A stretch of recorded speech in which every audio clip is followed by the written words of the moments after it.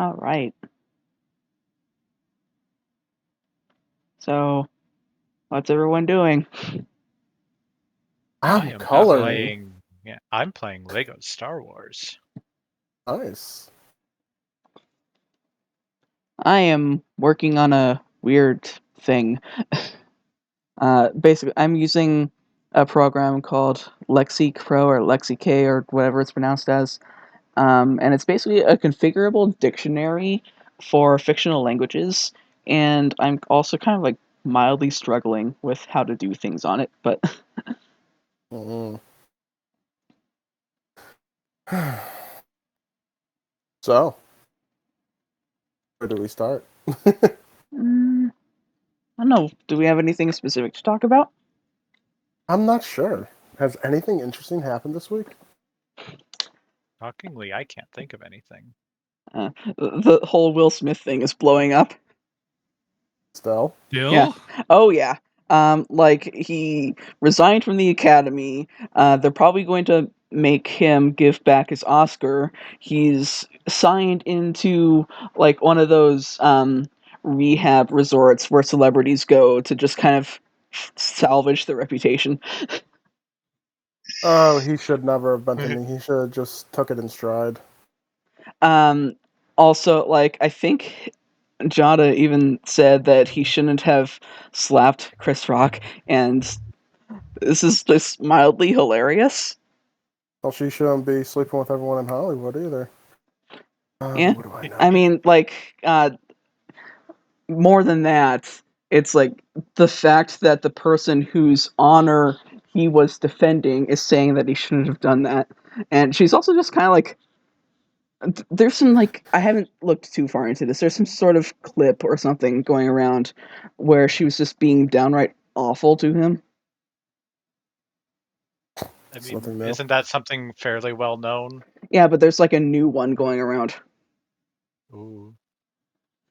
I don't know. I just saw it on the quartering, and like he's made a million videos on the whole Will Smith situation, but I just saw like one today that I had to look into. But he's milking this whole situation then. I mean, Sounds like. yeah, it keeps evolving. So there's that. Uh, That is true. Someone else like followed Will Smith's example and assaulted a comedian. Um, there's like people are paying actual attention to um, who Will Smith is getting cucked by. Oh, that's too funny. Mm.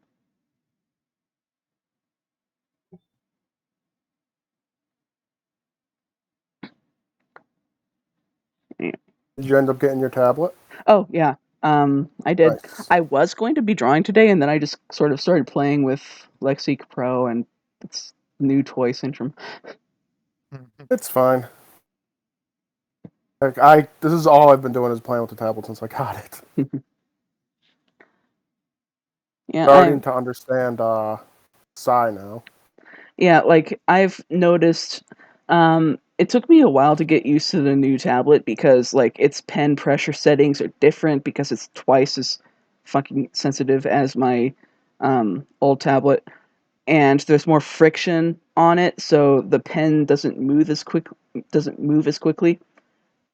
Which Really? means that my lines so far have been uh, one smoother and two less prone to error because with my old tablet the surface was smooth enough that the pen just sort of glided across it, and I would frequently overextend my lines and just work with it and go back to erase those. And I'm doing that far less with the new one. Mm. I Oh, had I had as my to I had to go into the Wacom settings to adjust the actual like um not the sensitivity but just how quickly or yeah, I think it's referred to as pen feel or something. I had to turn it down a notch because otherwise it was just um, way too different from my old tablet. mm-hmm. Oh, this is my first time ever drawing on a tablet like this, and It feels so. I don't even know how to describe it. I'm glad I got it. Okay, I see that OBS isn't picking up the settings, but that's fine.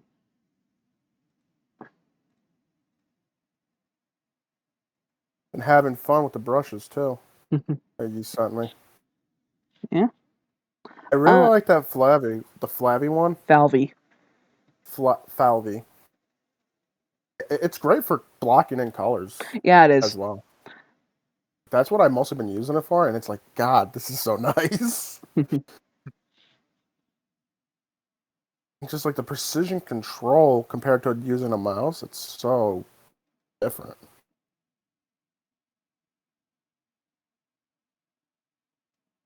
Yeah.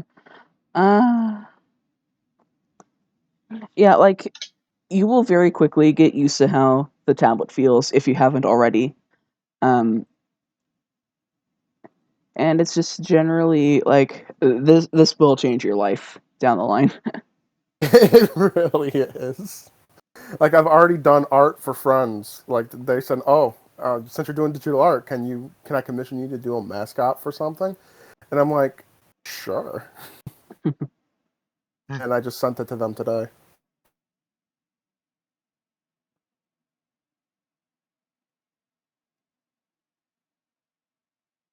Yeah, so this is just gonna be Probably our really quietest podcast yet. yeah, Maybe. because like two people aren't saying anything. Another thing that happened is that I don't even know if this was, but yeah, it was like after our last podcast. The Ragnarok Raven website is officially open to the public. And it looks Yes. great. Yeah, Everyone watching you. What? Go ahead. I was going to say everyone watching should go sign up for it. Yeah, I think there's like a total of 16 people right now. 18. Nice. Oh, really? 18? Mm-hmm. Ah,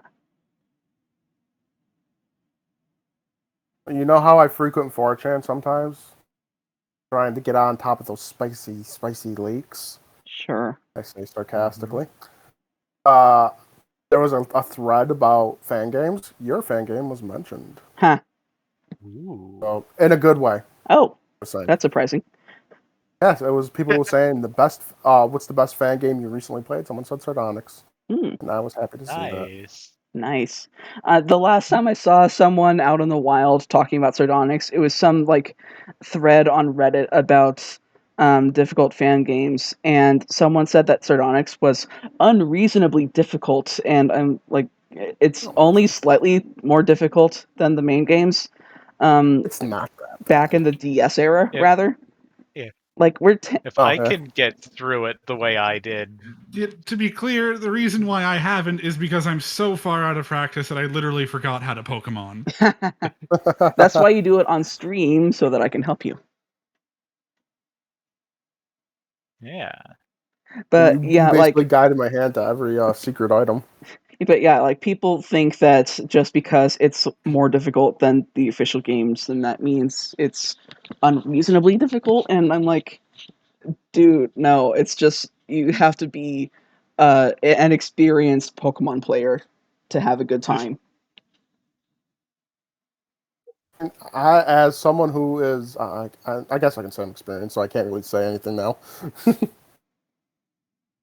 And I had luck be on my side for some of those gym battles or the live streams of it. Yeah. That's putting it mildly. But I wouldn't say it's stupid hard. It's better than regular Game Freak difficulty. Or you have to think in your game. Yeah.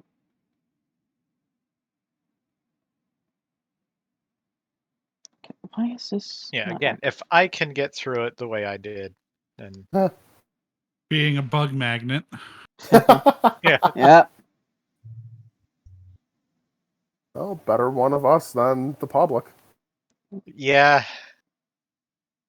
Yep.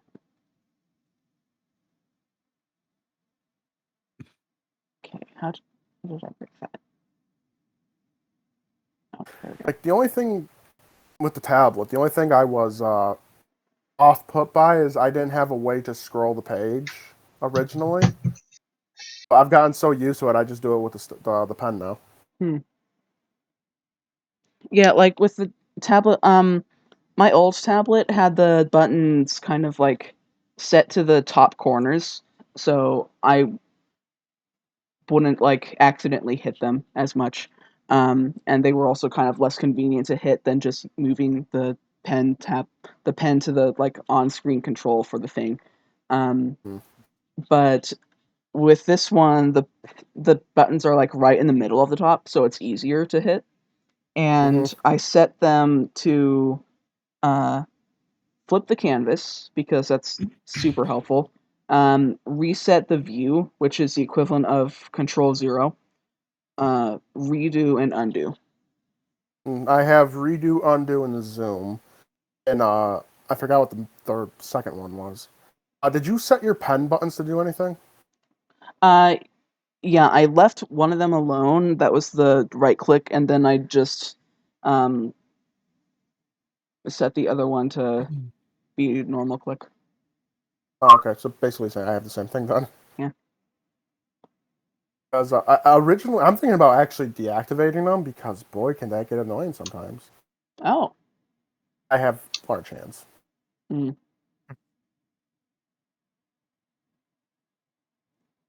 And I can see what you mean by the film, the nib wearing down. Yeah, like especially with this one where I have to press slightly harder than I did on my other one because it's more sensitive to pressure. I can tell that the nib is going to be worn down quickly. Yeah, I have already seen like a slight deforming of it, Yeah. but it's not like too bad. Like, when do you replace it? When it's down to nothing? No, I replace it when it gets to the point where I almost can't remove it. Oh, okay. And Okay. even then, like I use my teeth to remove the nib. Oh my god, that made my teeth hurt. It's not that bad.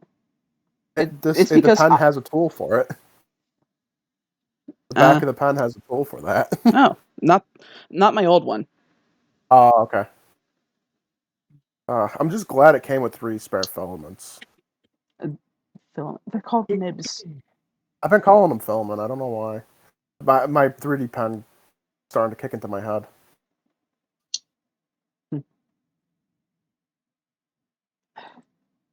I've been trying to figure out where to go after digital art now. I was thinking 3D modeling. And I have a program for it already on my computer. Computer came with it. Mm. I'll probably just download Blender. I mean, if I actually get a 3D printer, I'm so doing that. Right. Yeah. Also, I'm sorry to my viewers that like nothing is happening. I'm trying to figure out how to configure this damn thing. Ah, is that how it goes? Wait, how do I change the default though?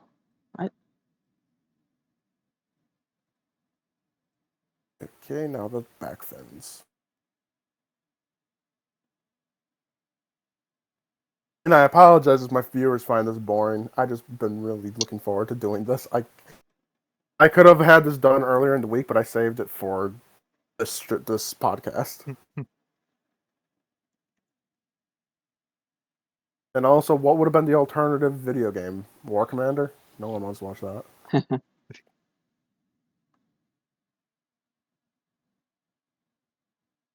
You know, there's something funny. The last time I drew my Deep Sea Gyarados, Yeah. I did it all on camera too.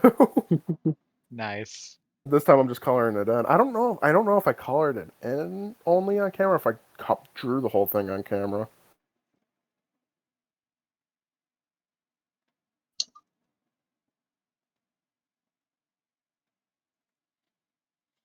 Yeah. Did you figure out the belly thing? Oh, I have all the layers set up for it. Okay, because I was thinking about it, and like what I would do is just like set up a um have that area be transparent, then have a layer above that with the actual inside, and then a layer above that with a semi-transparent thing of whatever color. You want to hear something awesome? Sure. It's literally how I have that set up. I mean It's pretty much the that's same the way I did. intuitive way to do it. So Yeah, it's the same way I did. I tried to keep it the same way I did the Magikarp. Like I had the layers set up exactly the same, and I love that transparent effect. So I have to. I mean, that's the whole point of the Deep Sea Gyarados too. The only thing I change, I can just put the. I think I have the line art still. If I minimize, never mind. I'm not going to even bother. I don't want people to see my background. what? Nothing. But what if you minimize what? I was going to minimize Psy while recording. Oh, that should be fine. Okay, because yeah, it's set to record the window, so Yeah. As long as it's not on display capture, then it's fine. it wouldn't have mattered anyways because I don't have the line art Mm. on my desktop. And this ain't the line art I'm going to be sending isn't even the final line art. I had like 4 different versions of it until I found something I was happy with. Because I did not keep the ribs because that was a nightmare. Is this voice context? Okay, it is voice context. Ah. But instead of the ribs, I have like the non-transparent part coming a little. You'll see them when I'm done. Are you It's hard. like? Are you What? thinning the lines again? No, I used a thinner brush probably. Because I'm looking at the tail and it looks like the lines got thinned. Well, that's not the art I'm working on. That Oh. was a rough. Okay. Yeah, that's yeah. Don't. This is not the final art that I'm sending you guys. But I've been using a thin brush because I don't like working with thick brushes for some reason. I love that shader pen, the Sugimori shader. Yeah. Oh, It's not quite correct, but it's as close as I'm going to get. it feels like it though, and it's better shading than what I was doing. It at least gives it some texture too. Yeah.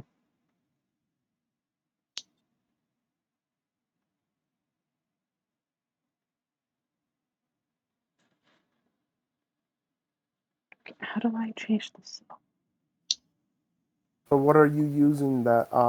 What is it? An app or Yeah, a website? it's a program called Lexique Pro, and like searching the questions isn't helping, and I don't know what I'm doing. So what are you intending to use it for? I have a fictional language. Oh, okay. Oh, I get the name because of lexicon. Yeah. Whatever.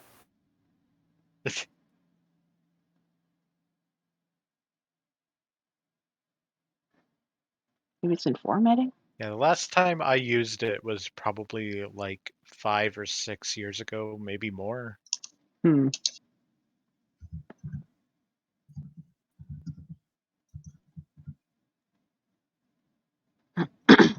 I'm just trying to figure out how to do something that I feel is basic, but it's like not cooperating because I don't know how to use this program.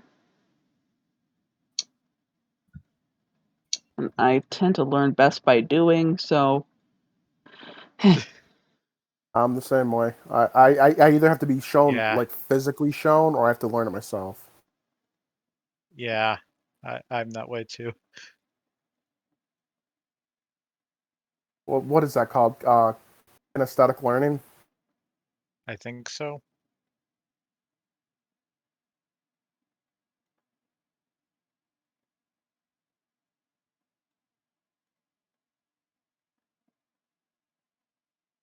this Like is you can put like the most detailed steps in a thing for me and I'll just be like, what the fuck are you talking about? Just let Mm-hmm. me do it.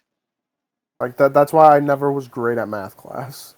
Because the teacher would say, "Oh yeah, all the things you need to know are in the book," and I'm like, I need to be shown how to do this. I think I found the editor.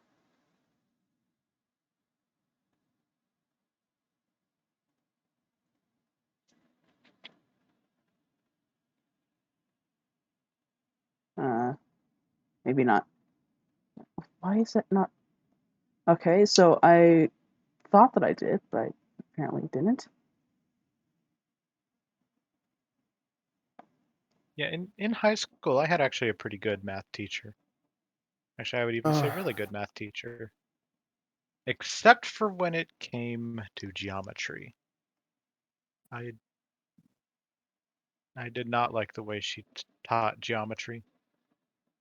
I was put into advanced math at a going seventh going into so I was in advanced math in eighth, and I was good for a while, and then once I got the calculus, my brain shut down on that shit. I switched schools right when I would have started learning calculus, and the school that I went to didn't have a teacher that could teach calculus, and so did things on an online thing, and that did not go well. I barely passed calculus. I'm just glad. The only good thing that I was in advanced math, I did not have to take math my last 2 years of high school. That was the only good thing about it.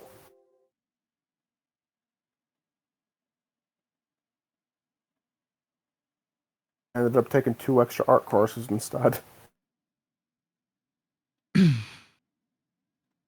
But like learning algebra from that one teacher was absolutely fantastic. But geometry, like it was a combination of one, that's just not how my brain works.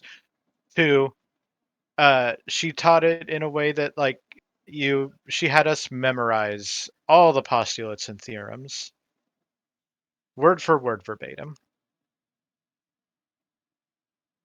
And And I already feel like that did not turn out well.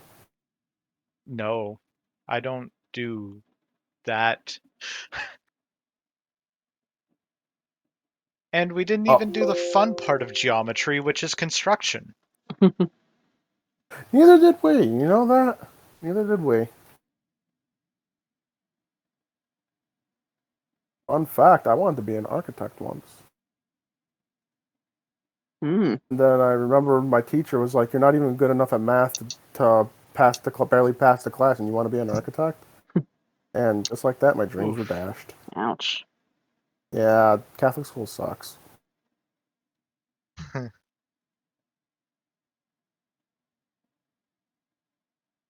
I think that's why I like Minecraft so much. I get to live out my architect fantasy. But like fairly, like actually it was probably a few years ago I first discovered it. I found a game that on phone that's just based around construction in geometry. Which is the idea of using just a straight edge compass. Anything else? Yeah, just a straight edge and compass to do math, basically. Mm-hmm. And I was like, holy shit, this is great. Why didn't my teacher do this with us in geometry? Teachers sometimes think they know the best ways to do things, and it's never the best way. Like, I've already decided if I hope, because I would love to be a father someday, I'm homeschooling them. There's no way I trust, I mean, private school, no, I don't even trust private school anymore. I went through private school. I went through both public and private, actually. F was public. That was a nightmare. And my graduating half of my life was Catholic school, which was also a nightmare. Yeah, I went to private schools my entire life, and Like, one of them was actually kind of too easy for me. And I don't know if it's just because I lived in a really, really rural place at the time, but, Mm-hmm. you know. Yeah. And the other one kicked my butt, but in a good way, I would say. Well, it's good to be pushed, strive to be better. Yeah. But then later on, I went back to the first one for my last 2 years of schooling. Because I went to live with my dad. And yeah. Did you Like, graduate valedictorian? no, because I didn't try hard enough because it was too easy. Oh. Like, if I put effort into it, I could have. Easy. In my school, like I was kind of in the running for a while for valedictorian. Then I literally just gave up and did not give a shit. I reached that point in your teenage Yeah. years where you're like, yeah, fuck this shit. But it was also Yeah, who you knew in my school, and since I refused to play sports, there was no way they were even going to consider me for salutatorian. Which I had a higher GPA than the person who got salutatorian. Mm. Actually, many kids in my class had a higher grade point average than her. It was a huge scandal, and we never got an answer to it. Ah. Like, I think my GPA was 95 point something, and hers was 92. And valedictorian was 96.4. And there was no way I was going to make salutatorian because there was two more people higher than me, but by a few points. Like they were also like 94 point something. And they stood up as salutatorians though. It was a big, huge thing, and it's like it was bullshit. Like I know But mine yeah, was like, go ahead. I was just saying, my junior and senior year, I just stopped trying. Same, basically. But that was for a lot of reasons. In the end of the day, high school is pointless, and everything you learn is worthless. Just remember, I should Abe. also mention that despite stopping trying, I also basically became a TA because of just being ahead of everybody in that school. Like, ahead of even some of the teachers in that school. There were some students in my class that were like that, and funny enough, it was my I think it was my chemistry. In 11th grade, one of the students got up and taught the class because our chemistry teacher was still in college for chemistry. They weren't a certified teacher. And she didn't know what she was doing for chemistry. She was a math teacher going back for chemistry. I did not learn thing. I failed. I passed the class, but with a low 80s. Everyone failed the Regents. Everyone in the class failed the Regents exam. Wow. I don't know if you have. Did you have Regents exams? No. Okay, so that's I guess I know it's a New York State thing. Basically, it's a test that determines whether if you graduate or not. California has a similar thing, but it only really looks for a sophomore level of knowledge. Oh, ours we had different Regents exams depending on the class. It was like a history Regents exam, English. Yeah. Basic subjects. Yeah. That was the only Regents I failed, and it breaks my heart. But in the end of the day, I don't care. It was chemistry. I'm not going to be a chemist. At that point, I'd already chosen I was going to follow art as a career.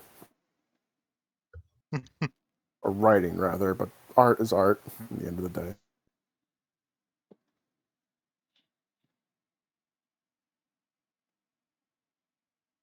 Also, the one place I didn't really give up was in the kind of combined English and history class because there weren't enough teachers for having them separate. Damn. Uh, That's how my school yeah, was small. that. But something that annoyed me with that class, though, is like we often did like in class essays and stuff, and the teacher eventually kind of became almost just like he wouldn't even actually grade my papers at some point. He just would assume they're good and then use them as an example to the entire class. And And meanwhile, you I could have hated wrote. that so Oh yeah, much. that's. There's a difference between being pointed out for certain things and being put on a pedestal like that is Yeah, that's just painting a target on you first of all. yeah. Like I know for a fact if that ever happened to me and no, not just me, if that happened to anyone in my school, they probably would have been getting their ass shoved in a locker. But like it got to the point where I was just putting more and more bullshit into those in-class essays. And Know that feeling. eh, and I mean like stupid bullshit, like playing around with grammar in ways that wasn't good, but it was impressive that I played around with grammar the way I did, so that's why he continued to use them as examples. Oh, I need to open up a picture of Gyarados now so I The know what I'm doing.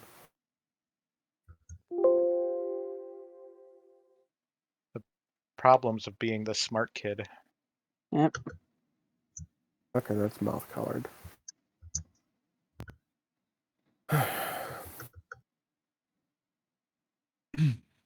See, thankfully I was never labeled the smart kid, because we had a lot of smart kids. I was the Yeah. weird one. Half my class thought I was this devil worshiper, actually. Why No was joke. that? Two reasons. I was kind of, I hung out with the goth kids, because let's face it, they were more down to earth than anyone. And I played Diablo a lot, and we would talk about it. Like the ones, like when you play a game that everyone else, that some other, you congregate and talk about it.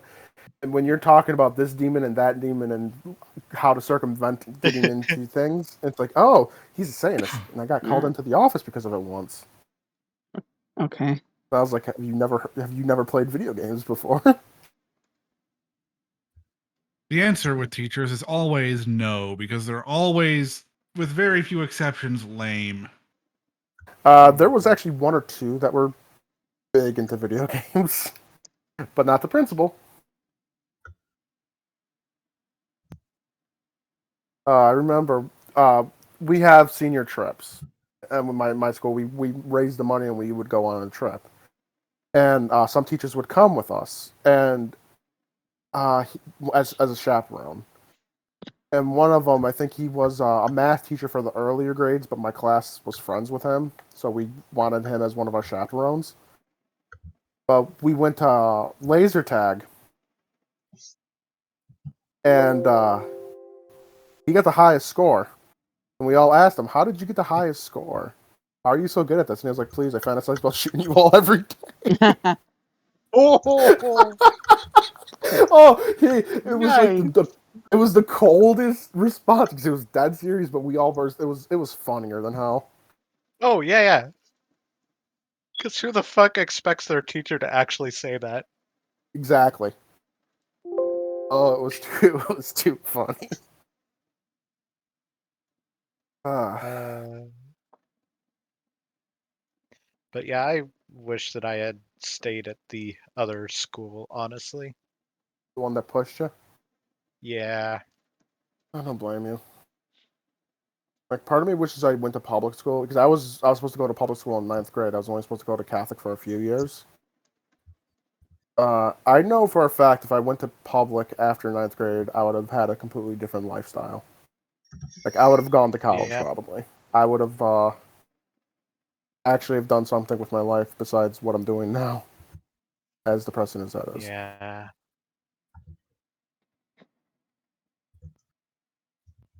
I would have probably had a guidance counselor who actually pushed me and made me want to strive for something. Gotta zoom in here.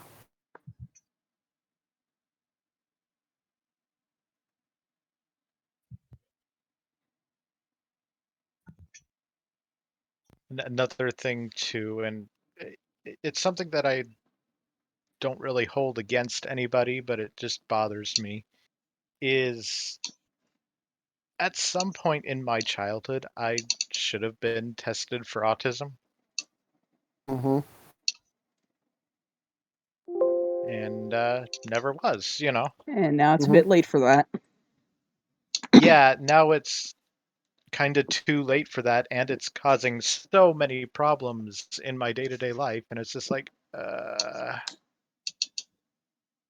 Honestly, I mean, I you was you never tested can either. you can get tested for it as an adult, but it's not really going to help a whole lot. Yeah, the damage has already been done. Well, I wouldn't call it yep. damage, but it's more the Well, you fact didn't that get like the help. it's more the fact that like if your autism isn't caught as a child, then you have a harder time learning to cope with it. Yes.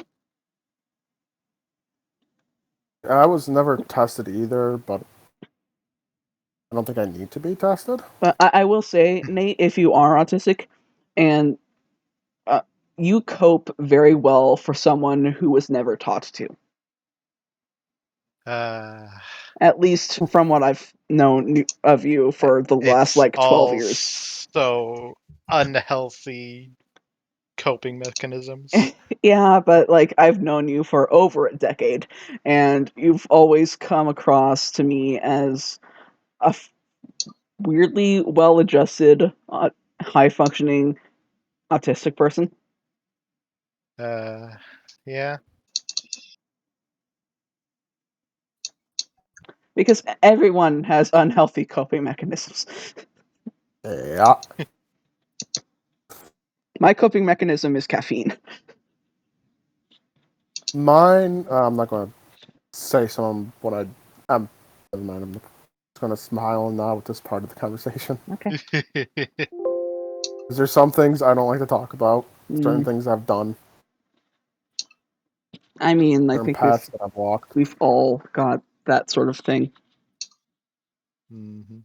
I know I eat when I'm sad sometimes. I Nah, think not sometimes. I stress eat as well, and like, Mhm. yeah, God, that just Like I reminds me. I had a rough morning. really. Oh no.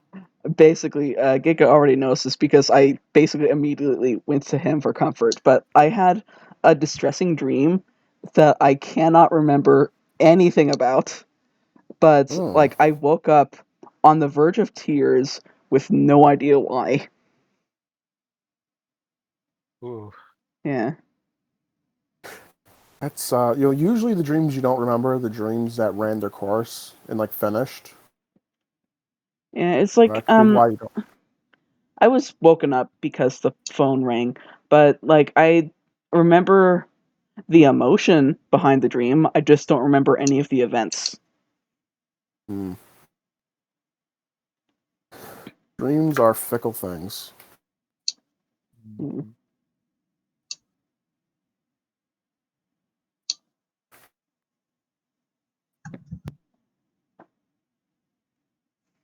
I used to have like terrible nightmares when I was younger, like night terrors, until I finally learned how to lucid dream, and after that, I never had problems.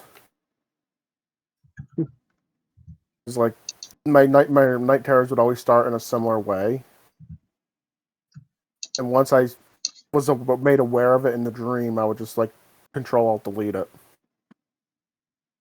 Hmm. Then I put a dream catcher above my bed and had never had a bad dream after that either. I mean, I have a dream catcher. They don't always work. Yeah. I think it's just better to learn how to lucid. I used to be able to lucid dream basically on command, but I've kind of lost that ability unless something happens in the dream that makes me realize, oh, this isn't real.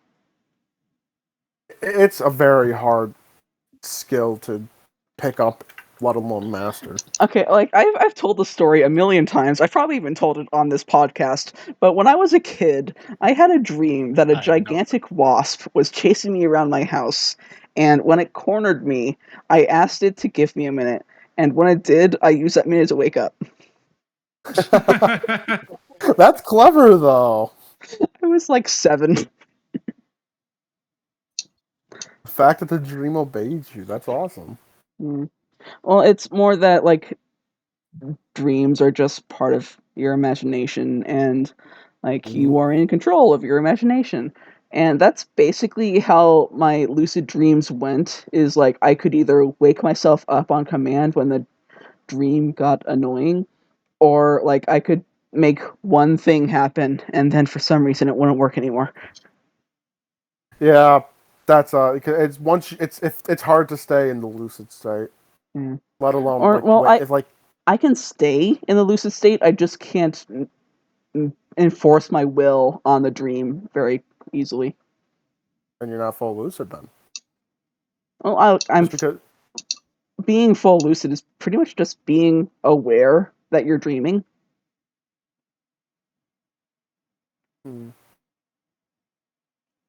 the way I was taught, if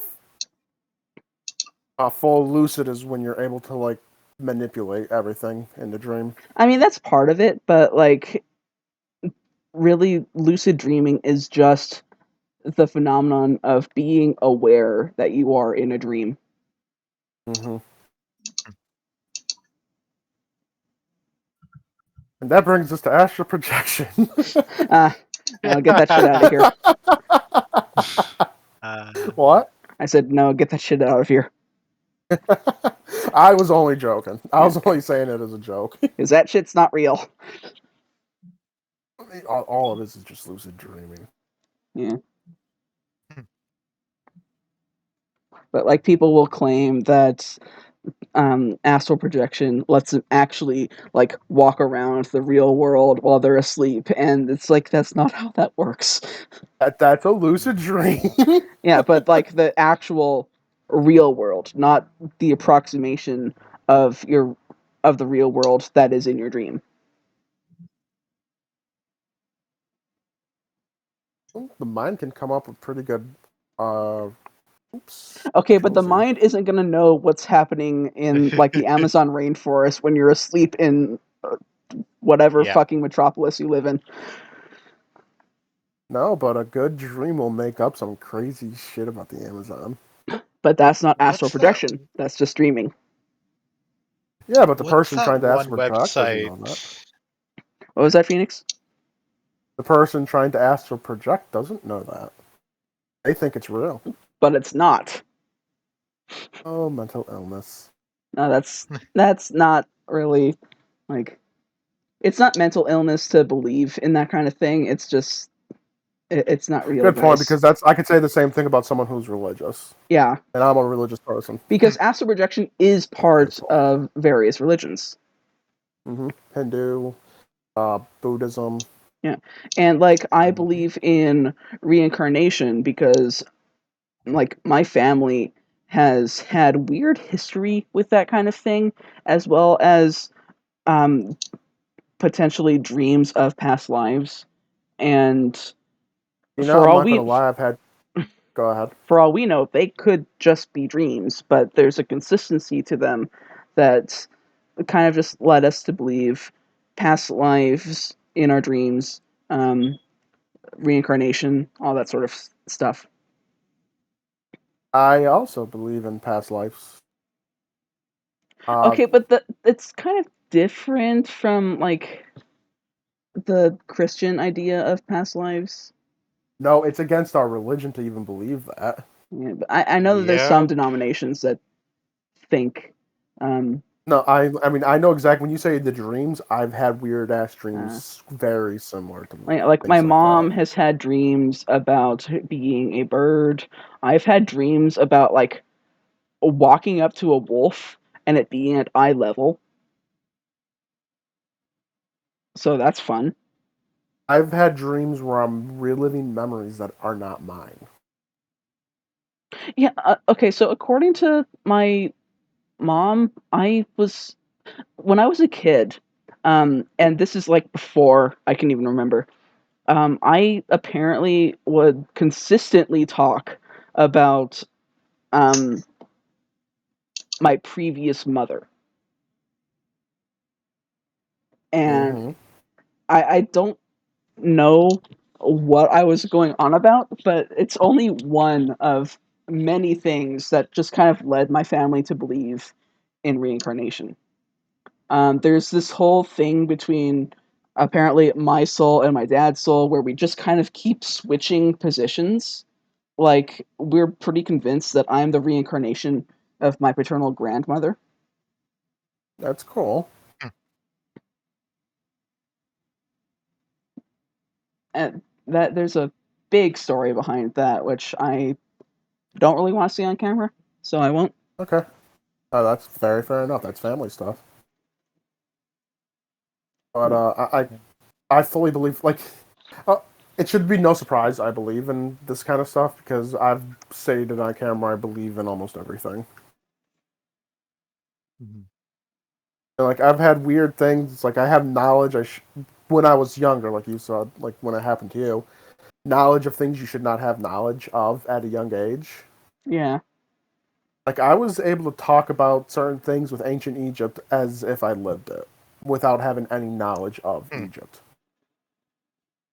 And my mom, she wasn't freaked out about it, but she didn't like the fact that I knew so much and without having ever been exposed to it. Huh. Like I was able to name Egyptian gods that are so obscure, like mainstream media doesn't really. There'd be no reason why I would know them without Mhm. researching.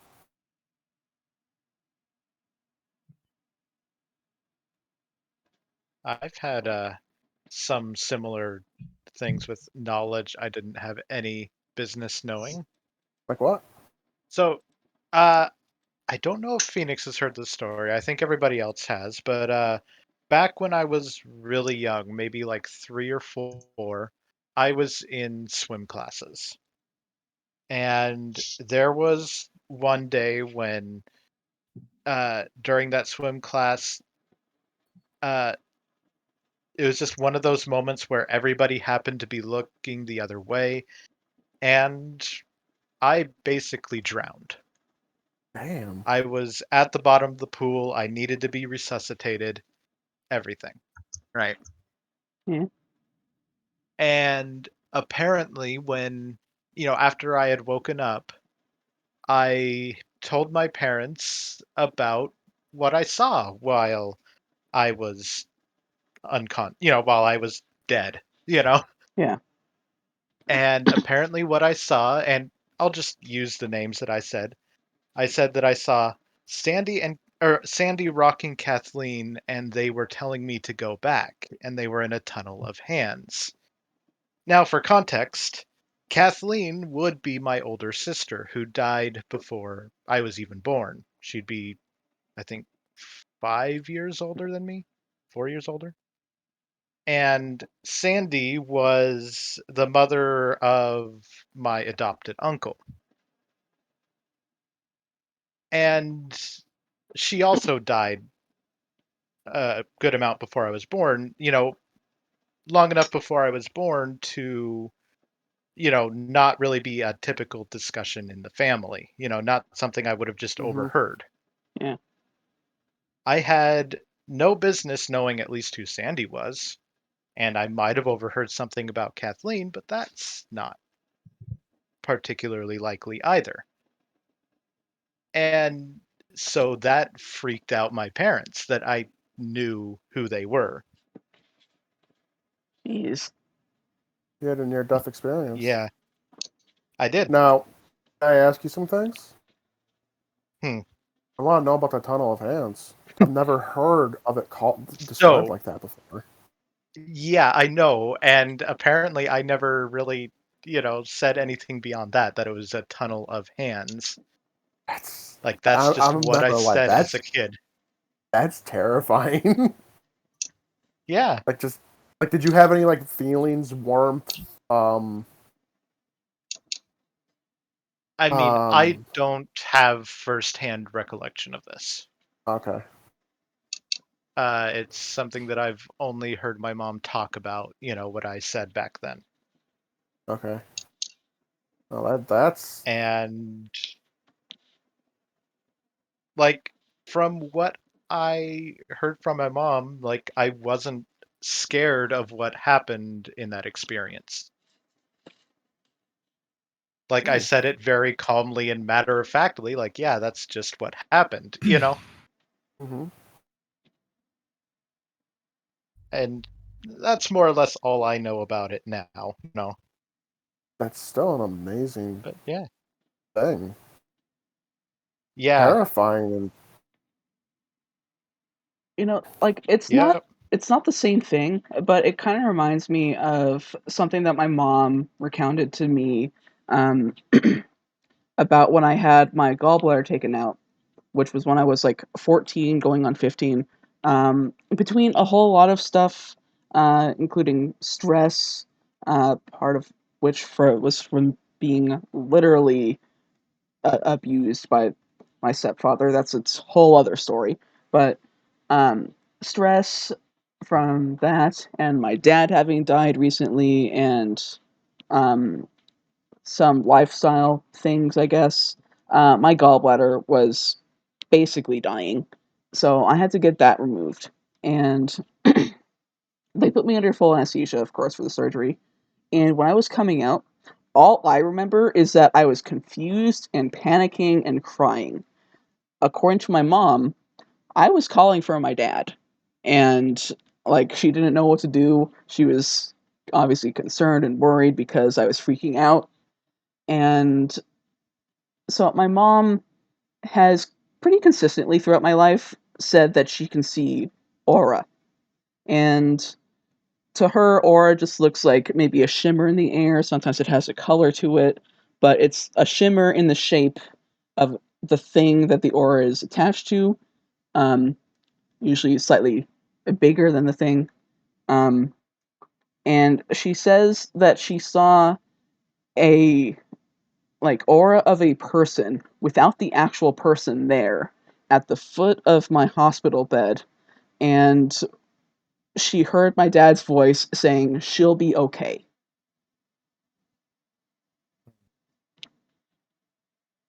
And I think a few minutes after Wow. that I calmed down. Honestly beautiful. Yeah.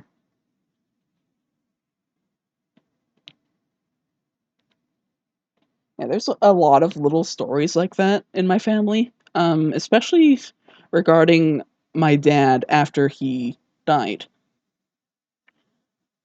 There were um, times where my mom would see the shadow of a person going down the hall towards my room, because in our old house, there was 6 rooms total. There was the living room, the 2 bedrooms, the bathroom, the kitchen, and the dining room. And from the living room, you could see the hallway. You could see the bathroom, but you couldn't see either of the 2 bedrooms because they were on opposite ends. Um, there's the occasional story about how she sometimes felt the bed shaking in what was my dad's bedroom, but then would become my mom's and stepdad's bedroom. Um, yeah, just weird things like that.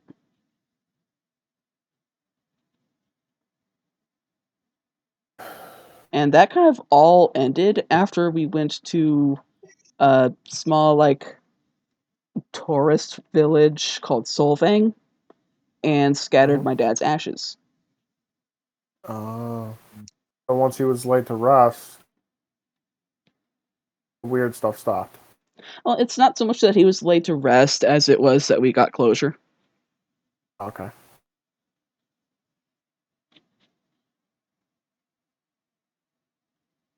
Oh, he was looking out for you. That's nice. Yeah.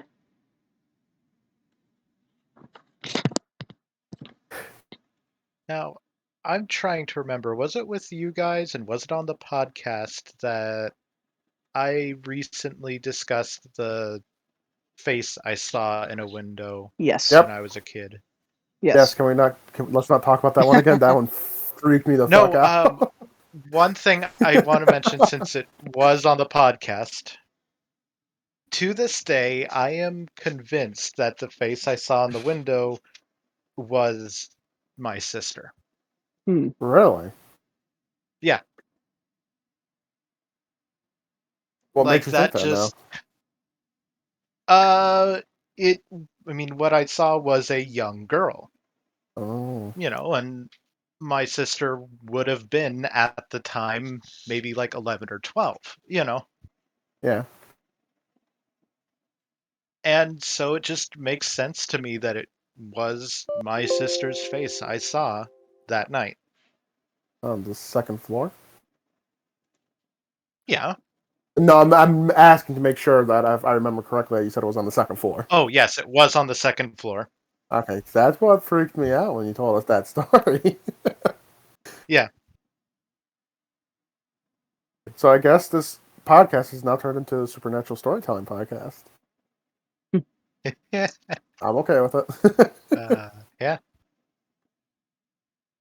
I've had a lot of weird experiences in my life that make me believe in that there is something more out there. Like, I've never had near-death experiences, or the one time I was put under an anesthetic, it wasn't fully put under, I was still semi-awake, and my mom said all I did was talk gibberish while I had my front tooth replaced. Yeah, that's a common one. Like, I was Yeah. talking, like, it wasn't funny gibberish, it was like, would she describe it? Like, I wouldn't say talking in tongues, but I may as well have been talking an alien language. It was just gibberish. Wow. And that's probably my drugged out brain trying to process, ow, that hurts. Like, that's the way I've always described it. Because I broke my front tooth. I fell, I hit a rock, broke my front tooth in half, and I had to get it all, like, replaced. And it was like an emergency procedure. I was so out of it.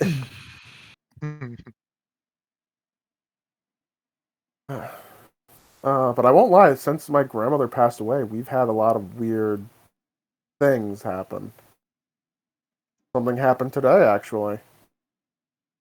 Our clock in the living room's battery died, and it's behind the entertainment center, so no one really wants to go back there and replace the batteries because it's a pain in the ass. Yeah.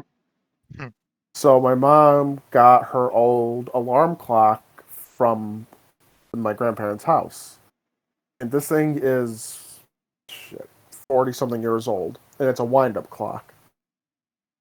Today, out of the blue, at 5:30, the alarm goes off. No one set the alarm. And it was just like, it was just one of those weird things to happen.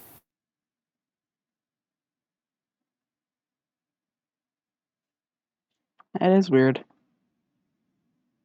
Yeah. And it's not like it can be done by accident, because like a modern day alarm clock where you just have to flip a switch. No, this thing you have to pull out something, slide it, and push it back in to set the time for it. And I never even knew that was an alarm clock, because it was the clock in her room when we would stay at my grandparents' house, and I never knew it was an alarm clock. I thought it was just a wind-up clock. And the thing is, there was no AM or PM. So if you set it at 5:30, it would go off at 5:30 in the morning and 5:30 at night. And it didn't go off 5:30 this morning. My mom was convinced it's my grandmother playing tricks because my grandmother always said she'd play tricks. My grandmother loved to pull tricks on everybody.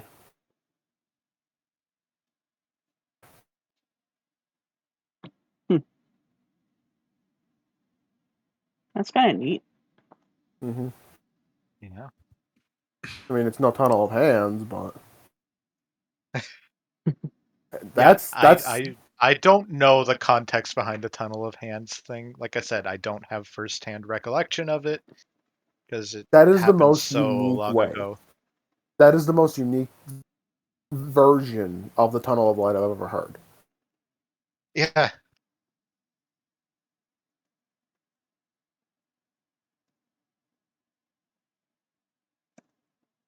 And it's these things. It's like that's why I'm partial. That's why I'm convinced there is more to life than born you live you die. Mm-hmm. Yeah. I just don't know what the answer is. But then again, Yeah, and I don't think it's possible for any person to know the answer to that. Exactly. It's got to be one of those surprises of the life. We'll find out once it's our time.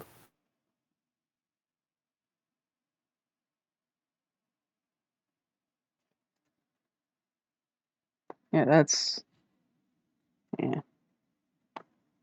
There's a lot of stuff like that. I feel like that a lot of people have stories of. Mm-hmm. Mm-hmm. And it happens with such consistency that there's got to be something to it. Oh yeah. Yeah. And it's not a matter of faith or spiritualness. It's like I guarantee if a scientist wants to try to find the answer, they could probably find an answer to all this besides your brain shutting down. Yeah. I think they just don't want to because that would kind of put a damper in logical science. Because if you prove there's an afterlife, that raises a lot of questions. Which religion's right? Is any religion right? Oh man, like that just reminds me. There's a... Okay, so who here has read Animorphs?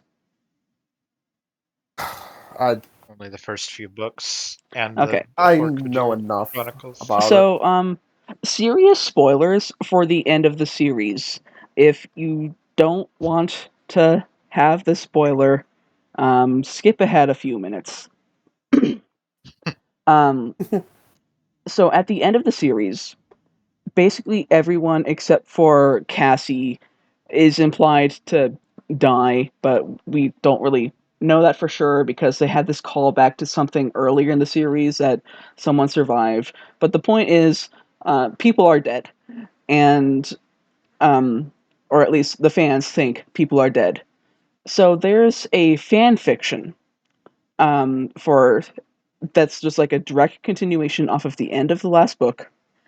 And through a bunch of weird shenanigans with what Animorphs has established as its universal mechanics, they're just kind of like in a nothingness, communicating with telepathy with each other, and Marco, who's like the stereotypical class clown, but also not, makes some remark about how they could just prove to scientists what being dead is like, and someone else makes some comment about how, no, Marco, that would cause wars. Yeah. That's funny. But, like, it would. Like, Yeah.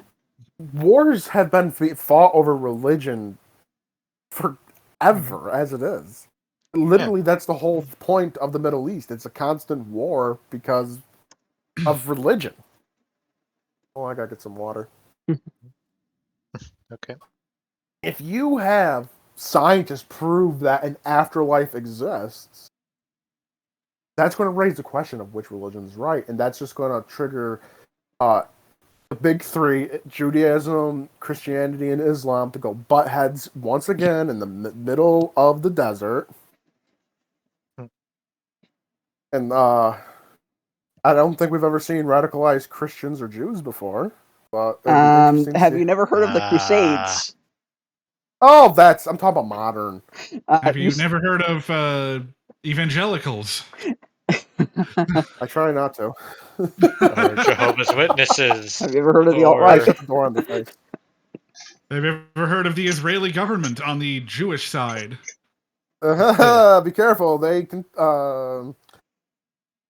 Moving on. The Statty YouTube not like that. You say boo against Israel, no, and you just get banned off reality. Oh, okay. That reminds me of something that I'll let you get back to your point in a minute, but like, it reminds me of something that I said in a Bacaspi stream of all things, because we were at the scene where Dusknoir has Grovile tied up and muzzled, and I just like waited for the big plot twist to happen before I said, always question when they don't let the so-called criminal speak. Mm-hmm. Anyway, back to your point. That's a damn good point. Mm-hmm. What? Because are you afraid they're going to say something that's going to make people open their minds and think? God forbid you have a group of people thinking. Yeah. Anyway, back to what you were saying before I interrupted to what talk the hell about was Pokemon. I saying? I don't know. Something about getting deleted from reality. Oh no, we don't talk about that. We don't. Okay. We don't talk about Israel. Israel is a wonderful country. We love Israel. Nice. Hail Benjamin Netanyahu, am I right? Oh. What?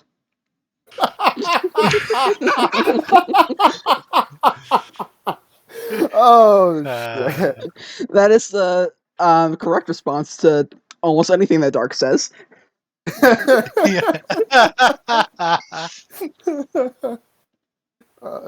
Sometimes I say things and I wonder why. Okay, the only reason that laugh sounded like that is because I was finishing up the last of my soda. It's fine. But you make a great point. Why muzzle people? Try to silence them if you can easily disprove what they're saying. Yeah. Just saying. Yeah, when people start silencing the dissenters is when you start actually listening to what the dissenters have to say. Exactly. Like that's why I think it's so funny, the cancel culture stuff. It's just going to make give voice to these people larger. There is on the Ragnarok Raven forum rules, I think it's for the Real Talk sub forum, I wrote that every voice has a platform here, and just because we host the content doesn't mean that we agree with it. I don't censor people. The only reason that I would censor people is if the way that they express their viewpoint infringes on some other rule. Like, it stops being okay when you're attacking actual people. I will step in when that happens. But if the only thing going on is that they are stating their opinion, I don't care. Mm-hmm. Like that's like one of the big themes of this whole podcast. Like I always put it before every single episode. Give me a second to pull it up. The two quotes that I try to define a lot of things with. To suppress free speech is a double wrong. It violates the right of the hearer as well as the speaker, which was said by Frederick Douglass. Yeah. And also, my favorite Orwell quote, the further a society drifts from the truth, the more it will hate those who speak it. My favorite quote in general when it comes to free speech is something that I don't think can be attributed to any one person. I may not agree with what you're saying, but I will defend to the death your right to say it. Right. And I am wholeheartedly agree with that. Like, as much as I don't like some of these batshit crazy people on the internet, it's their right to say it. Yeah, and that's what Like, block buttons are for. Like, I'll never take away your right to say it. I'll just ignore you. Yeah, exactly. Like, I The way I block look people. at that, the way I look at that is freedom of speech is not necessarily the same thing as the right to be heard. You can say whatever you want. I don't have to listen to you. Yeah, exactly. Freedom of speech is not freedom from consequence. That's another big one. Yep. But when is the consequence going too far for what they said? Or how long ago that was said? That is a nuanced question that I don't think has one singular correct answer. We don't have enough alcohol for that question yet. I don't drink. I think that me and Phoenix are like the only two people in this podcast that actually drink. And on podcast. It's a very occasional thing for me. I largely don't drink because what a lot of people I know drink is shitty beer, and I don't like the taste of beer at all. Then don't drink beer. Seriously. I don't drink beer whenever I drink. I just drink so rarely is the thing. Okay. Because I drink cider and sometimes some wine. So, like, the thing is, I don't really like the taste of alcohol because it's bitter, which is why whenever I do drink, it's rum and Coke. I just drown the alcohol with soda. I am very... yes, cola, another thing I don't like the taste of. I'm not a huge fan of cola. I pretty much only drink cola when I'm either desperate for a caffeine hit or if it's with rum. Root beer goes well with rum. I don't like Jack and Coke. Like, I'm a whiskey guy. I'd sooner drink whiskey straight than mix it with Coca-Cola. I can't do rum straight. I don't think I've ever had rum straight before. I've had rum chata straight. That's a cordial. That's just like horchata with rum. That goes really good with root beer, though. It like tastes like root beer float. Really good. That sounds really good. Yeah. Also, so I take it would taste good with a sarsaparilla then. Okay, what? I assume that would taste good with a sarsaparilla then. I guess, but like store-bought root beer is not made with sarsaparilla. It's like the basis for store-bought root beer's flavor is actually winter mint. I don't drink store-bought root beer. I only drink sarsaparilla. Yeah, that's not legal to sell in grocery stores, though. You can make your own, but like it's not legal to sell. They sell it here in our runnings. Yeah, it's something I remember because I tried it because of Fallout New Vegas. I was like, oh my god, Sunny Set sarsaparilla.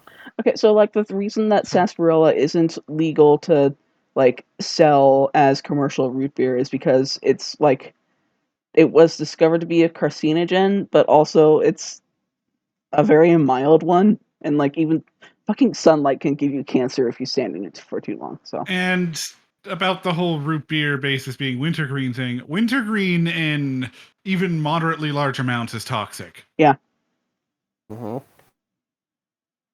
Any water's toxic in too much amounts. I mean, anything also, is toxic. With root beer, it was actually the sassafras that got I banned. always get sarsaparilla and sassafras mixed up. Sarsaparilla is a type of root beer that's not that sweet. Yeah, and like both sarsaparilla and sassafras were used as ingredients in root beer for a long time. Then that's why I keep getting confused. Like, if I had to make a comparison here, it's kind of like ginger ale versus ginger beer. I've never had ginger beer. Ginger beer is an acquired taste. It's more like trying to separate out the cinnamon and cloves in cola. Okay. They're both there. But yeah, we have sassafras leaves out where we live, just everywhere. Like, can barely go 100 feet without finding another sassafras tree. We should make root beer. So I would have to get the roots for that. Oh, okay. And you have to get the roots of specifically saplings. You can't do it with the roots of the full-grown tree. Okay, that's interesting. I always wondered how root beer was made. And the main difference between ginger ale and ginger beer is where ginger ale places more of an emphasis on being sweet. Ginger beer places more of an emphasis on being that ginger spicy flavor. Ah. That's why I don't like Just- ginger beer. And I love ginger beer. Like I'm very picky. Like I've had it before and I'll drink it, especially with a Moscow Mule. Well, I Which you said can't get ginger anymore. beer, because of the fact that it's more spicy, is more of an acquired taste in soda. Yeah. And like I'm also someone who just loves spice flavors. Like cinnamon candy and clove candy. My favorite type of cola is Coke Zero because you can actually taste the spices in it rather than just the sugar. Really? I've never had Coke Yeah. Zero. I gotta try that now. Just because I want Yeah, the true Coke taste Zero of Coke. is my favorite. Is my favorite cola I like just vanilla because you Coke. can taste the cinnamon and cloves and everything else in it rather than just sweet. I like vanilla Coke, but I can't find it anymore. I feel Just like as a bit of a small tangent, I'm looking at my profile on the Ragnarok Raven site, and the whole thing with Nate's avatar is funny here because it looks like he's trying to sell me art.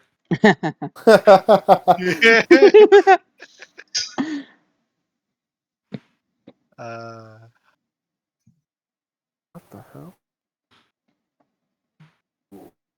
What do you belong to? No. Also, I made this realization a while back, but cola is essentially just a masala chai.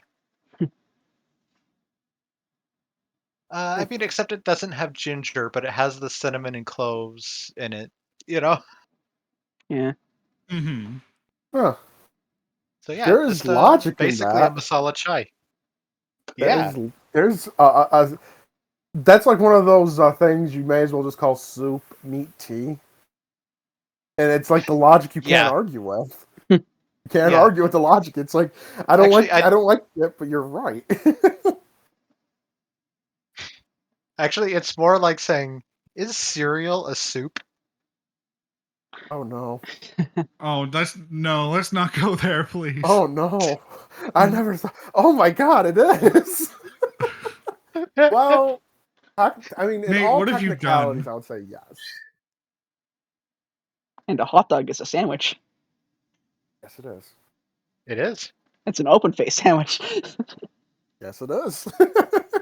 It's like I love that argument. It's like people say, no, it's not. It's like, okay, it's meat between two slices of bread. How do you not call this a sandwich? Is a calzone a sandwich? I would say that's more or less I know gray people label who would pizza. call it a sandwich. Yes. Okay. A I bagel would with say cream that- cheese is Like, also a sandwich. Yes. Say that again? A bagel with cream cheese is a sandwich. Oh yeah, definitely. Yes. That sounds I very would good. say that. Okay. So if you ever look at Hot Pockets on the package, they call them sandwiches. Yep. That's just what the package calls it. If a Hot Pocket is a sandwich, that means a calzone is a sandwich. Yes. Oh. Touche, Now- fair enough. Is pizza an open face sandwich? Pizza is a pie, technically. Is pie a sandwich? Yeah. My pizza's a sandwich. Oh, I would hold up. what Everything's a sandwich. is mayonnaise an instrument? No, Squidward, mayonnaise is not an instrument. I think you mean Patrick. Whatever. It's been a long time since I watched SpongeBob, and I knew it was Patrick who said it. And if you ask the U.S. government, pizza is a vegetable. Yes. I agree. Pizza's a whole food course. All the pyramids there. Also, vegetables don't exist. Huh? They do not. Vegetables aren't real. They're chef They propaganda. aren't. Yes. Okay. I need to More hear accurately, reasoning for this one. vegetables are an are completely arbitrary category we made up to just further categorize things. Yes. So basically, Yes. Phoenix, vegetable is a purely culinary term, not a scientific one. Okay. So there is no such thing scientifically as a vegetable. Well, So, okay. A vegetable basically just elaborate. refers to any plant in the Yes. scientific world. Right. Uh, Like dandelion can be considered a vegetable. Yes. and sometimes it is used as a culinary vegetable too, by Yes. the way. I love dandelions in salad. So whenever someone asks you to decide if tomatoes are a fruit or a vegetable, say both. Yes. I have. Yeah, the I've correct answered answer that there one. is yes. Mm-hmm. Which makes me sad that the event in Stardew Valley where you have to say if a tomato is a fruit or a vegetable does not include the both option. Or I'm sure just there's a mod for yes. that. And did you know that strawberries aren't berries? But bananas No. are. Yes. I knew bananas were berries, but what's a strawberry considered if it's not a berry? An accessory fruit. Yeah, so Okay. like it has its seeds on the outside, which makes it automatically not a berry. Oh, I didn't know that could Actually, classify things as yeah. berries. That's Also, cool. fun fact, each of the seeds of a strawberry is a fruit. Okay. Also, this is something a lot of people actually know, but a banana tree Uh, is not a tree. Oh yeah. It's not. That's an herb. Oh, it is? It's not. A banana But, tree is not a tree. What is it? It is a shrub. So by herb, I Cool. mean, yeah, it's in what is it an order Herbaceae? Something like that, yeah. Which just means non-wooded plant. That's cool. I believe the Mhm. same is true of palm trees as well. Yeah, Yes. because banana trees are palm trees. Mm-hmm. Let's see. And if you ever look at like palm wood, you'll see that it doesn't look like other types of wood because it isn't wood. Can't you eat like young palm? Yes. Also, because I had that before and I wasn't sure if I was remembering correctly. Oh, here's an interesting one. Did you know that cicadas are bugs, but ladybugs are not? Ladybug's a beetle. Yeah, because the scientific versus the colloquial usage of the word bug. I Yeah. think colloquial is the right term to use there. Yeah. Because bug scientifically refers to the order Hemiptera, I believe it's pronounced. Hemiptera. Yeah. Hemiptera. Whereas that does not include nearly all of the insects. Mm. Cicadas are cool creatures. They are. They are. Also, there's a picture of palm wood. Ah. Oh my. I've never actually seen that before. I didn't know it was that porous. Yes. I've never seen a cross section of palm wood before, so like, yeah. Neither have I. Also, I just want to mention the colloquial term bug is way, way, way older than the scientific term. Ah. So basically, the term bug just basically means anything that is creepy. Hmm. And that term also got turned into the word boogeyman. It got turned into the word bugbear. Did you know And I think that the computer usage of the word bug is it comes from the fact that actual bugs would get into the computers? No way. Yeah. Yep. That's so cool. I never knew that. It dates all the way back to when computers were basically a huge bank of vacuum tubes. Yeah, it basically dates back to when you could stand inside a computer. Mm-hmm. Oh, that's cool. I And you know never what knew happens when an insect gets into a vacuum tube, right? that. No. It gets fried, and the vacuum tube doesn't work for a while. Oh. Yeah, I love I little should've assumed etymology that. things like that. How did we get But here yeah, from like I things being sandwiches? I don't know. Also, man. again, We how went This how is from- deep? why I love the We podcast. went from religion to soda to things being sandwiches to palm trees and plants to fruit, and now we're on insects. Podcasting, everyone. No. But yeah, I'm someone who always supports the colloquial term bug because it's just that much older than the scientific term. Yeah. Meanwhile, Giga's been silent this whole time. Uh-huh. That's par He for the course. has.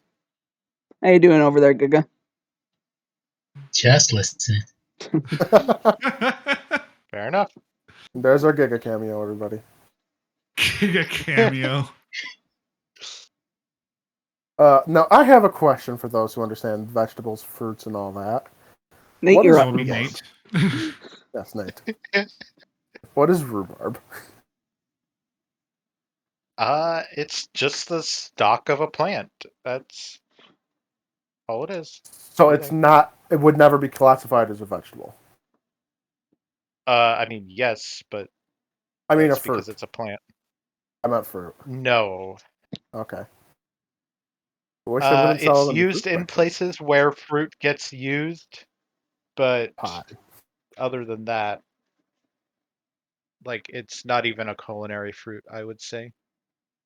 I love it in the summer as a snack. It's as much of a fruit as beets are. I thought beets were more like carrots. Hmm. Oh, that's the point you're making. Okay. Yeah. Because for a long time, beets were primarily used to make sugar. Because they are very sweet. I know I've never liked beets. I've really only had beets pickled, and they're not. Yeah, I've never had that's the only beets. way I them like pickled. eating them. I'd rather have a radish. Like, I'm not joking. I eat radishes as snacks sometimes. That's like just one of my weird I know people things. who do. Oh, really? Okay, I'm not alone in that fact then. No, Oh, good. like my mom loves just eating radishes as snacks. Like it's like one of the few things I keep in the fridge that I have to have in the fridge. The newest thing is blood oranges. I'm on a kick with blood oranges for some reason. Hmm. They're so good. Yeah. See, originally, Yes, I that- brought it as a that- prop to do for a Pokemon Scarlet and Violet video, and I just like never did the video, and I just loved the taste of it. Yeah, they're just a little bit sweeter than your average orange. And they're not as acidic either. Correct. Because I'm not breaking out eating them, and I usually do break out eating citrus.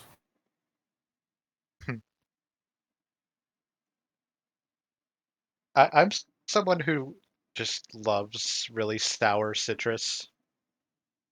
Oh, like grapefruit? Actually, grapefruit's too bitter for me. I hate it. Oh, I love grapefruit.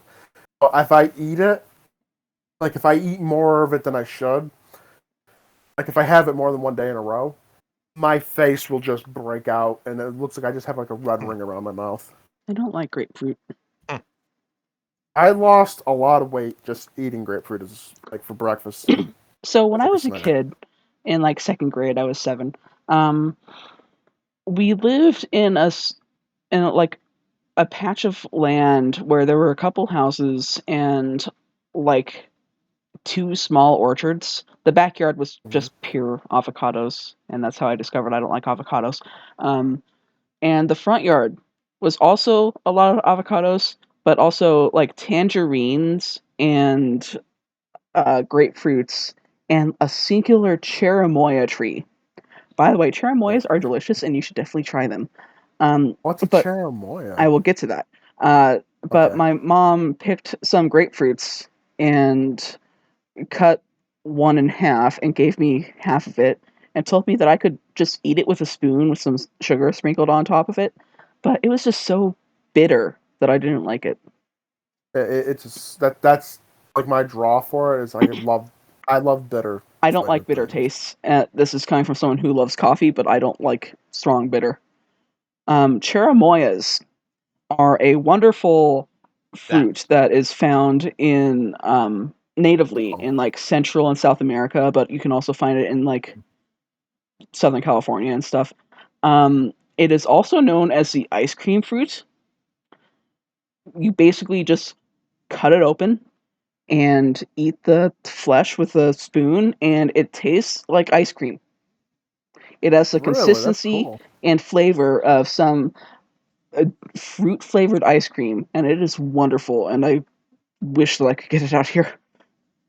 I gotta keep an eye out for that because once in a blue moon, I have a store here that gets exotic fruit on, and I would love to try that. Here's a good way to describe it as someone who's had both. It tastes like you would think dragon fruit should taste like. Oh, Yeah. Dragon fruit is fair. disappointingly bland. Yeah. Mhm.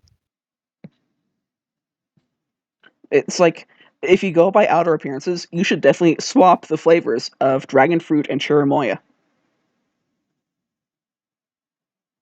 I believe cherimoyas are also called custard apples. That's another Annona species, I do believe. Oh, okay. Probably. I don't remember offhand. So Annona species are pretty much all edible, and they're so good. So cherimoyas, sour sop, sweet sop. I can't remember what else offhand. But they all tend to have fairly similar flavor profiles. But it's an almost indescribable flavor profile. Yeah. Mm, The that's best thing I can get is it kind of just tastes like the tropics. that's a There's fair thing to hints say. of, well, depending on the Annona fruit, some flavors. Yeah, so depending on which Annona fruit you're dealing with and also individual fruits, you'll often get hints of like banana and pineapple, uh, mango, that kind of thing. Makes me really want to try this fruit now. And also, there is one fruit that it is not an Annona family fruit or Annona genus fruit, but it is in the Annona family that is native to North America, and that is the pawpaw. Never heard of that one either. Yeah, and it's native right where I live. I've never seen a wild one. It looks good. They are, and I have tried them because there's someone at my mom's work that actually has a few trees of pawpaw, It looks like it would be a and really good fruit. yes. And one reason that they aren't very common is because their shelf life is basically non-existent. Also, if you don't pick them right from the tree, they're no good. Yeah, if you don't like pick it and eat it right there, you're shit out of luck. Damn. Yeah. Have you ever had a jackfruit? I haven't actually, and I've had chances to. I've just It's actually never actually had surprisingly it. really good. It's a strange, like, the best way I could describe it is if you combine banana and orange into one flavor. Isn't jackfruit the one that smells and tastes really bad? That's a durian. No, that's durian. Oh, okay. They look similar, though, when they're in their 300-pound form, I guess. Because the fruit, Yeah. like a jackfruit, Yeah, weighs jackfruit 300 is pounds. just way bigger than durian. No, Yes. not. The one I saw, they were selling it at my local Price Chopper, which is I called Market 43. It's like a bougie store now, and they had the jackfruit there, and it was like 30 pounds. Yep. And they were selling it by the pound. It was over $300 to buy. Jeez. And it's like no one's going to buy that because there's very few people around here have ever had jackfruit as it is. Yeah. It's like if it wasn't going to be $300, I would have bought it because it's a rare thing to see in New York Yeah. State as it is.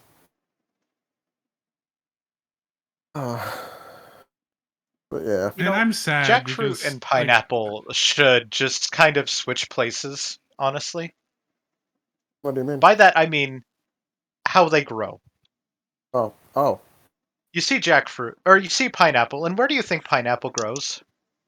Like, Oh, as I in, know. like, on the plant. I know the answer to this though, so I can't Yeah. answer this. Yeah. Like you would know think they would where- grow from a tree. Yeah, they come Yeah, out the top of the absolutely. little bush.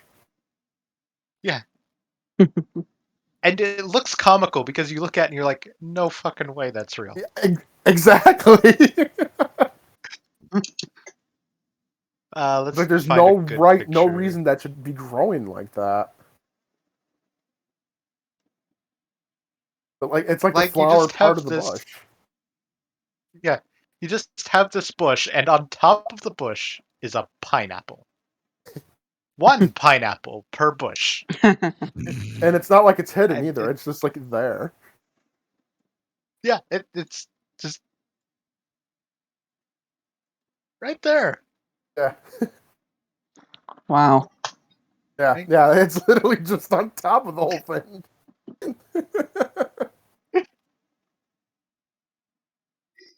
And then you look at jackfruit, which is like this, 30 to 50 pound fruit. Where does it grow? On a tree. hmm And you have to have like a special machete just to get it off.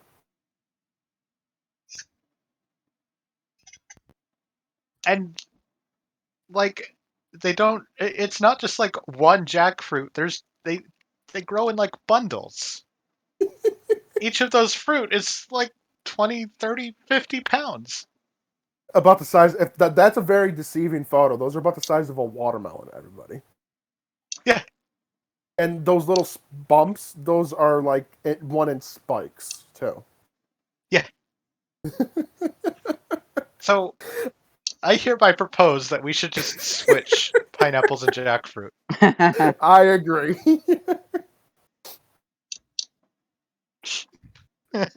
And everybody watching at home, just go look up a pineapple and go look up a jackfruit and realize that Nate's correct on this. Yeah. It's like, I would say the jackfruit might be the most dangerous fruit in the world because if that ever falls, you're dead. Wow. Yeah. Like, I remember I picked up the jackfruit as a joke to show my mom. And it left... I was bleeding in one part. It got me that bad.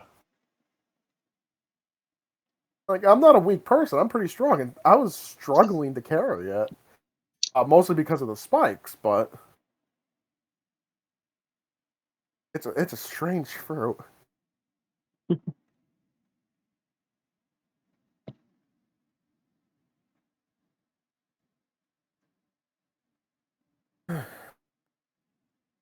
I just really like weird fruit. So I do not blame you.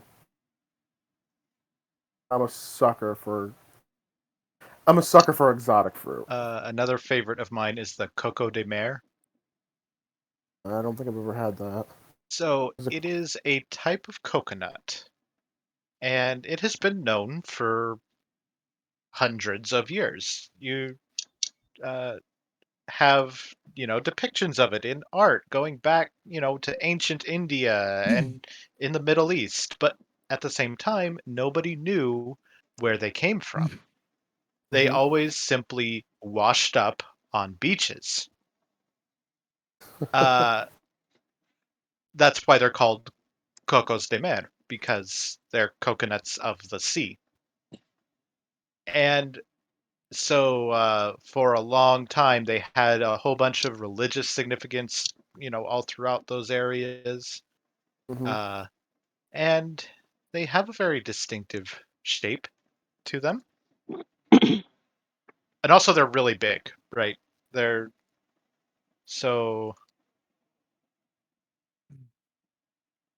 like it has been commented on for all these hundreds of years that yes, they do very much look like a person's butt.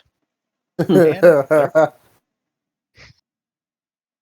but yeah, just like for hundreds of years, they would just sometimes wash up on beaches. Nobody knew where they came from, and of course, there were so many legends about this great garden under the sea and how they would grow up underneath the waves and break off, and float to the top and stuff. Until I believe it was like the 1700s or 1800s when people finally discovered the Seychelles Islands.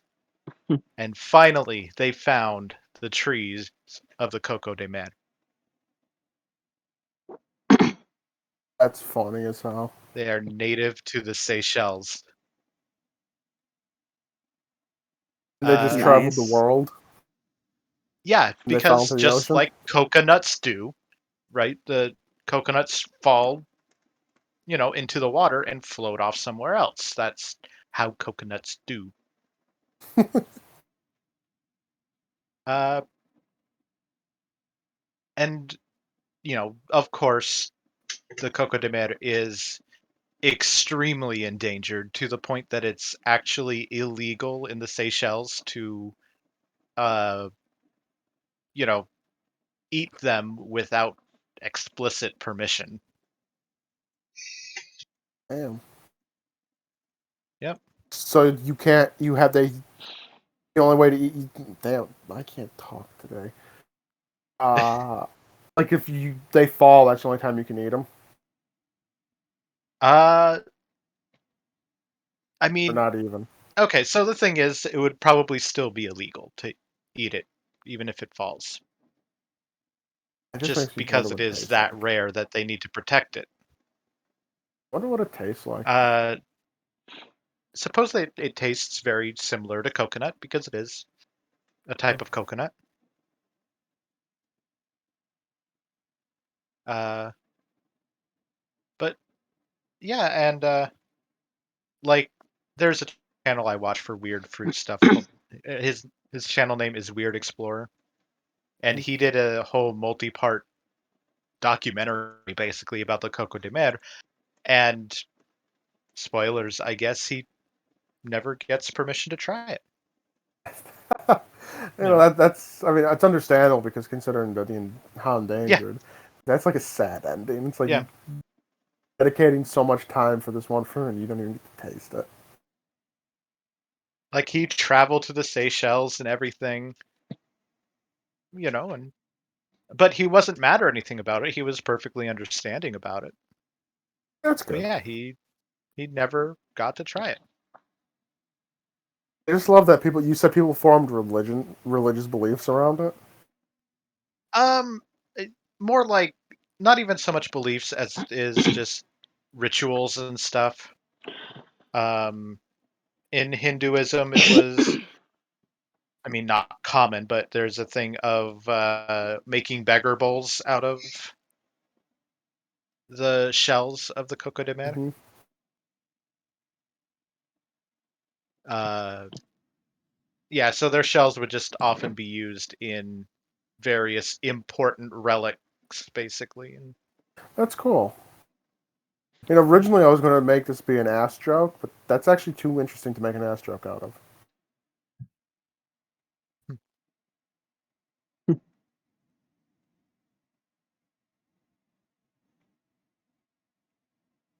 And I'm doing this whole lexicon thing, and I've stumbled across a word that I don't know why I put these roots together in this way.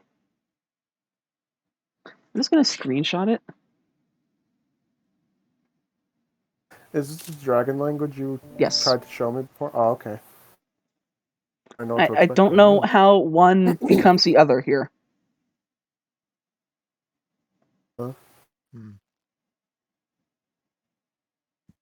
This kind of thing happens a lot with Drakine.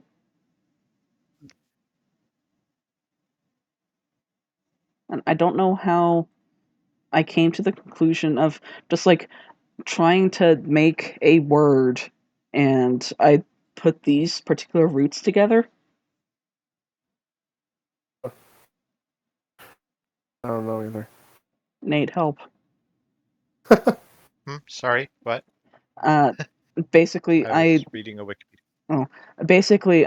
I'm putting Drakine in Lexic Pro, and like I stumbled across a word where I don't know how my brain came to the conclusion that these roots make this meaning. And I thought that maybe you could give some You see, weird I understand the associations.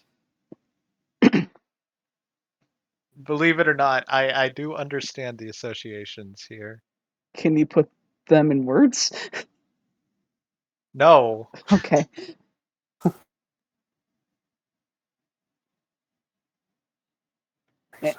It's like how I had to translate boat as a river tower because, like, how else would dragons think of the man-made thing for humans to sail?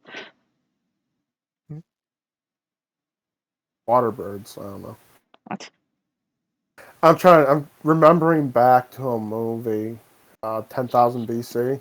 Hmm. The way the caveman described the Atlantean ships was birds that flew over the water and carried the people. But yeah, I'm trying to come up with like the literal translation of these roots, and like there's I understand the association, but I can't describe it either. So like coming up with the literal translation doesn't make sense.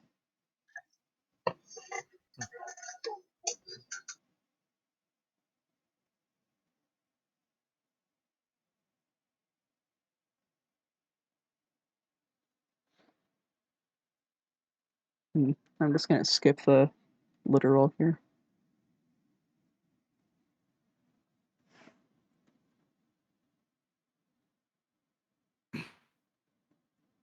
Anyway, where was the conversation at? Just fruits? Yeah. I think we ran the course of fruit. Yeah. I mean, I could keep going if I wanted to, but Please go ahead. It's fascinating to me. Yeah, by all means. let's see here. Cashew fruit. Anyone here tried? Oh, I've tried cashew fruit juice once. Oh, how did it taste? It was sweetened so heavily that like it didn't taste any different from any other fruit juice. Ah, okay. Which was disappointing. But I was gonna mention who here has tried lychee? Because I have not. I I have. really like lychee. It's good. I like rambutans better than lychee, but I think I've had same those genus. So yeah, rambutans are the ones with like the hair-looking stuff all over them. too. I know for a fact I've had the juice for that. Or like a juice of it. I think. Goes in juice. I know I've had rambutan. And lychee. I just really like lychee. They're Lychee. Right. at least top 5 fruits for me, if not, 1 or 2 for me. They are good. They are one. That's one of those fruits that if you see them, get them. It's worth Yes, trying. absolutely. Either lychee or rambutan. I love persimmons, but persimmons don't love me. They make my mouth go numb. then you need to wait longer. You mean make them more ripe? Yes. Oh. How squishy are they when you eat them? Because they should be pretty squishy. I think that's the thing. It's like I always got them when they weren't ripe, but they were too underripe. Yeah, Like I've only had them because they perfect are a few very times. astringent. Yeah, yeah. So they're very astringent and become less astringent as they ripen. I always thought I was going Astringency, into by the way, is no. Astringency, by the way, is when something dries out your mouth. So persimmons do it. Tea does it. Uh, it's one of those things that, like, if you were eating something in the wild in a survival situation and it was astringent, get it out of your mouth. Yeah. Right away. That really does But explain, like that solves my problem why I've had a hard time picking. I've been having nothing but bad persimmons lately. yeah. In the winter, rather. So they should only be eaten basically when, like, not like super squishy, but like when they have give. Like a tomato, you would Otherwise, say? they will. Yeah, about that. Maybe Okay, a little thank you. bit more firm than a tomato. Okay. But That was yeah, my you don't want them when problem. they're really hard. I say I was always picking them when they were hard because like I never knew. I just know Yeah. I had them once and they were perfect and so sweet and yummy. Yep. And after that, I picked them out. They were always so, what you Yeah. called it, stringent. Yeah, astringent. Yep.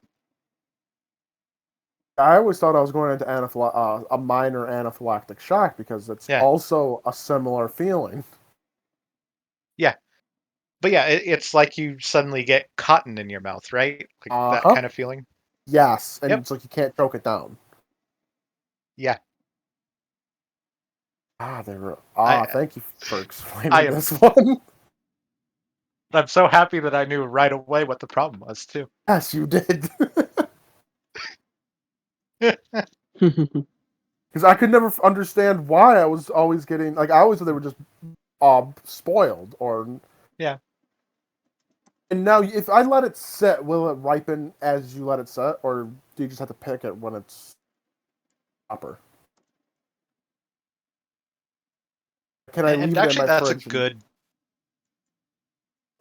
Maybe on your counter. It'll be Okay. fine on your counter for a bit. Yeah. Okay. But for any fruit, really, that's actually a good rule of thumb. Like, especially if you aren't familiar with the fruit, you generally want fruit to have a bit of give to it. Okay. I will remember that when I go shopping Saturday. Also, season for persimmons is generally in the fall, and they'll be better then. Right. Like that's the only time the store sells them. Yeah. I won't be able to get that until next year.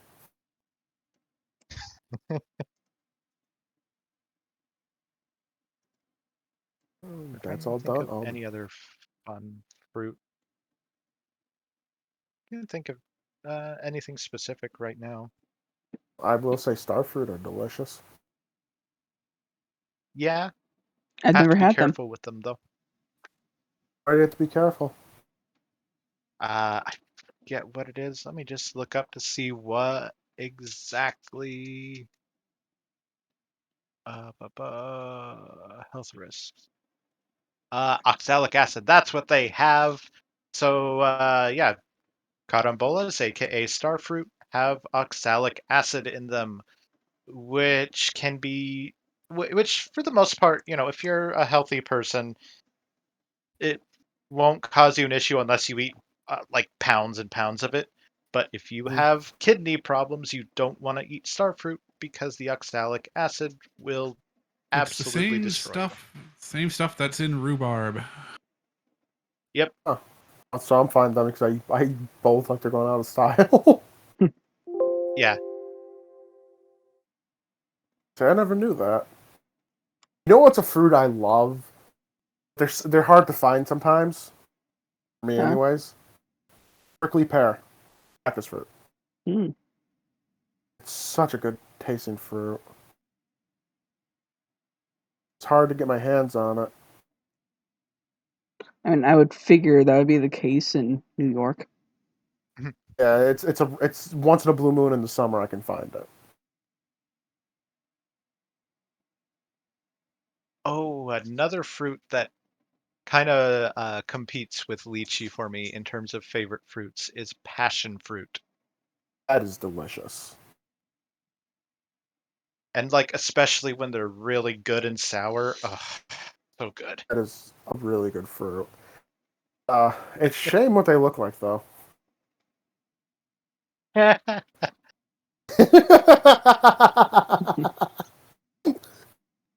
will And get a joke if they know what they also look like. on the what they look like thing, the best time of ripeness is when they're wrinkly. Uh-huh.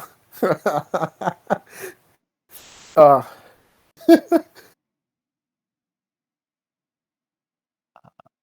Did we just say it? Because people, I guarantee there's people confused on why we're laughing like hyenas. I mean, barely paying attention. Passion fruit look Why like did nut somebody- sacks. Ah, okay. They do. And wow, why are all the pictures of passion fruit on Google Images like underripe?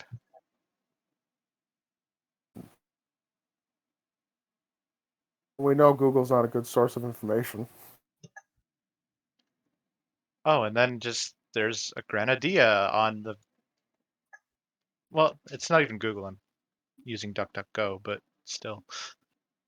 Duck, duck, Google.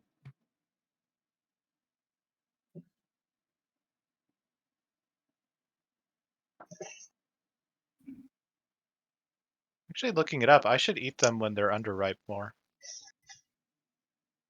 When they're really shriveled up? No, when. Underripe. Okay. So, yeah. See, the reason why I don't get to eat passion fruit that much is that the places that sell them here, they sell them for like stupidly expensive. It's genuinely cheaper to get like a quart of Welch's passion fruit juice than it is to buy one little tiny Uh-huh. passion fruit.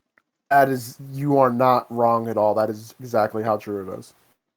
It's like one passion fruit is going to cost you almost $6 in some places. Here it's, I think, $2 per fruit, but the Welch's passion fruit juice is like $1.70. No, the more we talk, the more I realize New York has higher inflation. Oh dear, because the passion fruit juice with Welch's, it's about $3.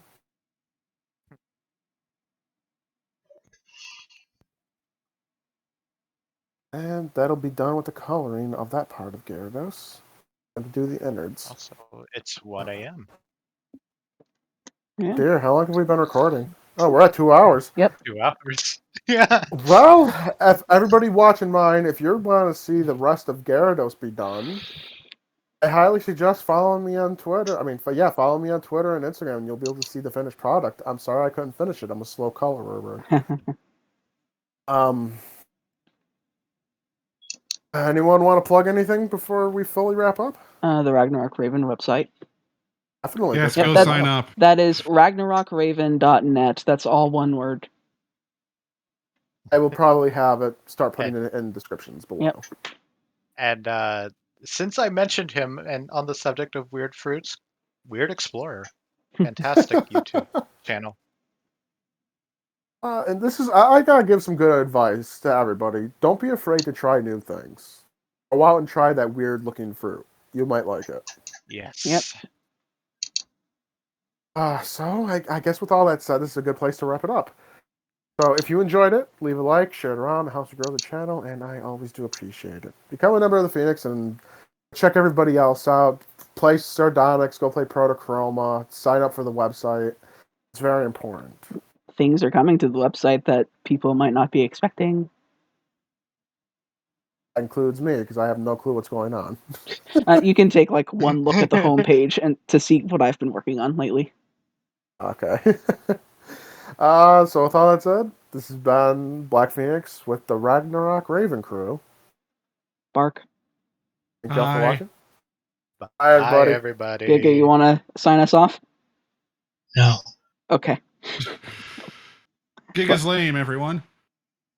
I thought I said that you weren't allowed to make fun of him anymore. Hey, it's not making fun of him if it's the truth. Truth is subjective Left nowadays. it at no, and that way he could just stop recording it. No.